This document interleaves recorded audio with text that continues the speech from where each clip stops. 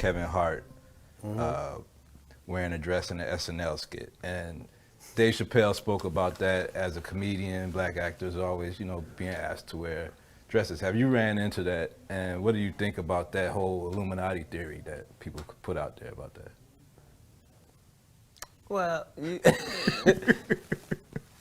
thanks for that softball question.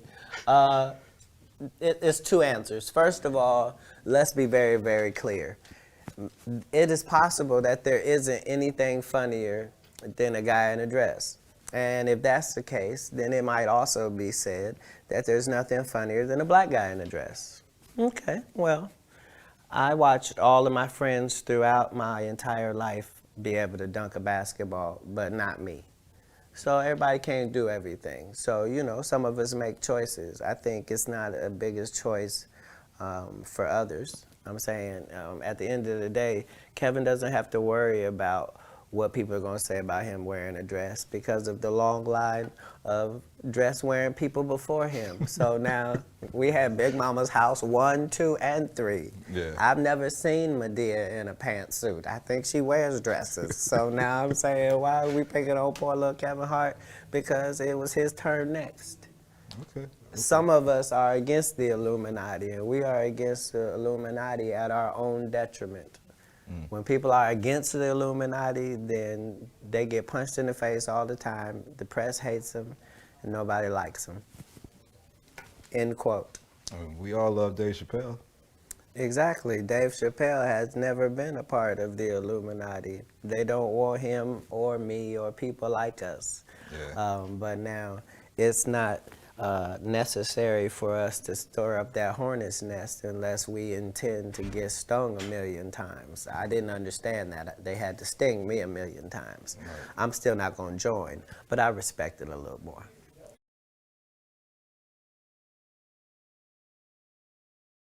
Another great comedian said that, in the industry, they tried to make him wear a dress. Have you ever ran into that with scripts? And is that something that, you wouldn't do, for I definitely haven't ran into to put on the dress. I mean, you have to have boundaries. You have to have limits that you refuse to cross. For me, I know what they are. They've yet to been challenged, so I don't have to speak on them. I was asked to dribble a basketball on the talk show this morning. You look said good no to doing that. Not that was a dress, but I was like, no, I'm gonna look stupid. At the end of the day, you got to know that you're a brand. I'm a brand. You need to protect your brand at all times. When things happen that can possibly affect your brand, your brand can be diminished, and you don't want that to happen. So protecting my brand is definitely a priority. I mean, I'm a conspiracy theorist to a degree. Like when I connect dots that maybe shouldn't be connected, I don't know. But certain dots, like when I see that they put every black man in the movies in a dress at some point in their career, I'll be connecting them down like, wow, all these brothers gotta wear a dress. This happened to me. I'm doing a movie with Martin. Yeah. The movie's going good. So I walk in the trailer. I'm like, man, this must be the wrong trailer because there's a dress in here. They come in. The writer comes in. I think he's the writer. He's like, Dave, listen, we got this hilarious scene where Martin's sneaking out of jail. So he disguises you as a prostitute. And he put this dress on. And, what? A prostitute? No, I'm not doing that. I don't feel comfortable with that. That should have been in the discussion. What? You don't feel comfortable with it? I mean, it's a hilarious bit. All the greats have done it. So, well, if all the greats have done it, it's kind of hacky, right? You're right. So why don't we just not do it? Because I don't feel comfortable wearing a dress. Oh, come on, Dave, listen, we got it all set up. We're supposed to shoot. Every minute you waste costs this much money. The pressure comes in. He said, I'm not wearing no dress, man. I'm funnier than a dress. Just give me something funny to say. I don't need to wear no dress to be funny. What am I, Milton Berle? We're going like this.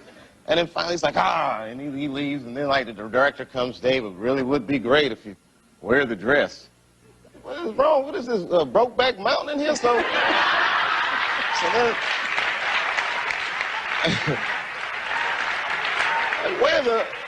wear the dress. I don't want to wear the dress. I want to wear this dress. You know what I mean? Oh, gosh, this guy's so difficult. They leave. Now the producers come on, David would be so great. I mean, and then I started thinking about it. All the comics that I've seen, man, strong brothers, why they be putting us in these dresses? But the minute it was clear, I was adamant, I'm not wearing a dress. I'm not wearing the dress. All right, fine. Think of something else. Guy comes back 10 minutes later, the whole new scene. Hot damn, how did you write the scene so fast? It's like, so.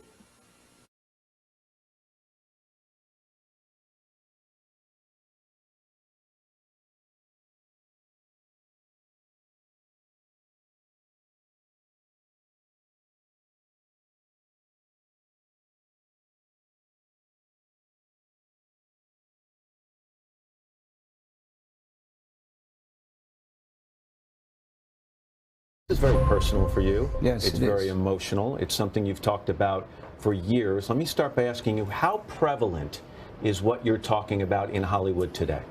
I believe there's a lot of darkness in Hollywood right now, and I believe it's been there for quite some time.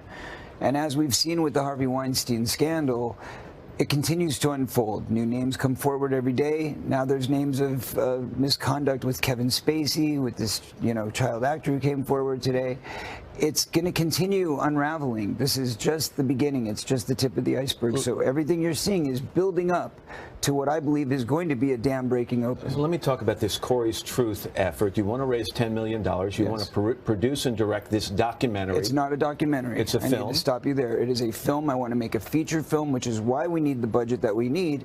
There's actors, there's scripts, there's But special is it going effects, to involve visual real effects. people, real names of people active in Hollywood right now? It will be a very true story. We will have every name that everybody that affected my life. I'm going to give the perspective that I can give, what I viewed, what I experienced from a first-hand account. In all fairness, though, we've been down this road before with you, and you have promised Never. in the past to name names. Never. In your book, you said when you were talking about your book, you said you were going to blow the lid And off this is of why this. I'm doing this, because when I wrote my book, the publishers prevented me from writing the names Well, that's down. what I meant by They we were made me down this change the road names. before. Yeah. We didn't get the names Exactly. we were promised last time. Which is why I'm taking the matter into my own hands, and this is why I need America's support. I need the world's support, because I must make a film with no executives, no VPs, Why do you no need lawyers. $10 million? Film students make movies for fractions. Well, that's a film student. We're talking about a theatrical release. We're talking about I'm going to four-wall the theaters, I'm going to self-distribute, self-market, make the film, and hire a team of attorneys who are going to protect me and the film when everybody comes To after date, me. once you've the names raised are just released. under $200,000, correct? Okay. Is that about right? So it's going to take a long time to raise $10 million. We've got 2 months, And yeah. you've just told me that this is still prevalent in Hollywood. So every day you wait, every day you try to raise money, I would imagine you believe that children are being abused by pedophiles in Hollywood. Absolutely. So why are you sitting down talking to me? Why aren't you sitting down with the police right now? I've told the police. In fact, if anybody wants to go back to 1993 when I was interviewed by the Santa Barbara Police Department, I sat there and I gave them the names. They're on record. They have all of this information, but they were scanning Michael Jackson. All they cared about was trying to find something on Michael Jackson. Who you said, by the way, did not abuse you. Who Michael was innocent, and that was what the interview was about with the police in 1993. I told them he is not that guy, and they said, well, maybe you just don't understand your friend. And I said, no, I know the difference between pedophiles and somebody who's not a pedophile because I've been molested. Here's the names. Go investigate. And let me push this forward. There are thousands of people in Hollywood who have this same information. Why is it all on me? Why is it if I don't release the names in the next 2 months, 6 months, or a year, I'm the bad guy? I'm the victim here. I'm the one who's been abused. I'm the one who's trying to come forward and do something about it. But Hold on, please, I'm sorry. There are thousands of people out there, Matt, who have this information. Any one of those child actors that went to the teenage soda pop clubs with me when I was a kid know who those people are and the people who ran it. Anybody can go back through history and look at the teen magazines and say, what was the name of that venue they were all promoting and who ran that venue You've and said- who endorsed it? You've said you've had death threats. Yes. Because you have this information and Yes. have threatened to expose it. Another reason, I think, to go to police. That's a crime to threaten someone's life. I've gone to the police with that as well. And what would be wrong with going to the police now again Didn't work out in Santa There's a Barbara. statute of limitations, Matt, in the state of California, which protects people. It's not that way in New York. It's that way only where the movie industry is, conveniently enough, in California. That's the seriousness of this. You cannot, because if I were to go to the police, I would be the one who's getting sued. Henceforth, I need a team of lawyers and I need a team of security to be around me at all times to keep me safe so I can get this message done. Real I'm not quickly. playing around. It's serious stuff, and I vow I will release every single name that I have any knowledge of, period. And nobody's going to stop me this time, as long as people support this. Corey Feldman.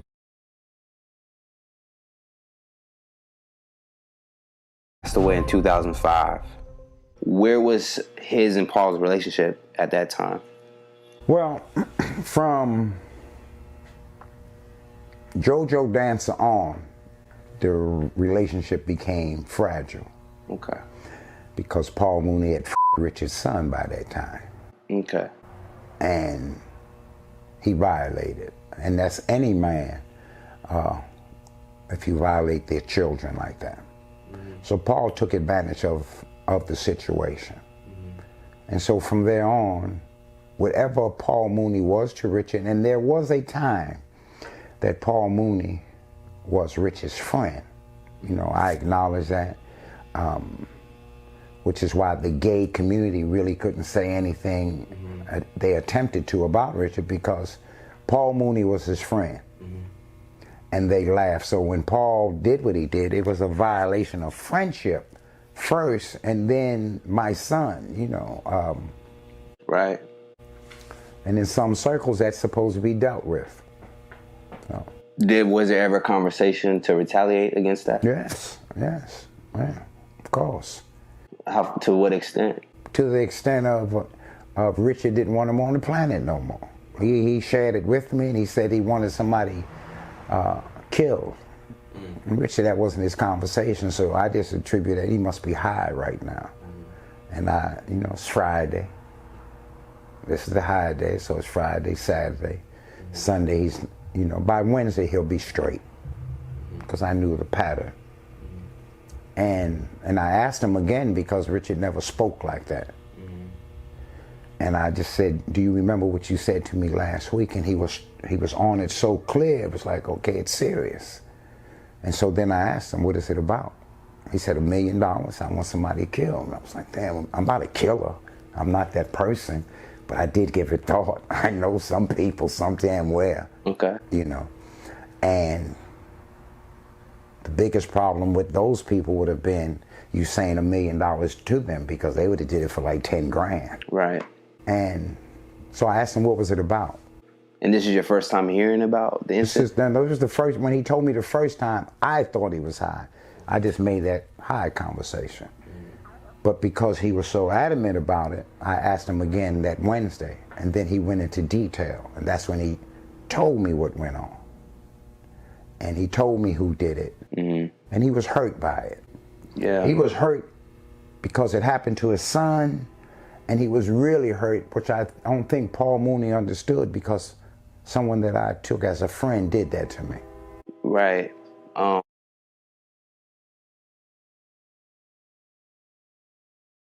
The mystery of her father's murder has loomed over Kiddist Forsyth. In 1993, Bulik Forsyth was a manager in the housing department of London's Lambeth Council. 3 months before she was born, he was bludgeoned to death and his flat set on fire. Now Sky News has seen evidence that he could have been about to expose an alleged paedophile ring operating within council premises. There are some factors that point to him knowing something that was going on at work, and he was getting ready to blow the whistle. At the time, this Crime Watch reconstruction appealed for information. Now, this murder is one of the events Metropolitan Police officers looking into Westminster-linked abuse are re-investigating. This internal council report, obtained by Sky News, could be key. It details allegations of violent rapes conducted on council premises and the sexual abuse of children. It's here, at what is still the headquarters for Lambeth's Housing Department, that a paedophile ring operating within the council is alleged to have carried out sexual assaults. They used the basement, the report says, where they could rape victims without fear of being interrupted.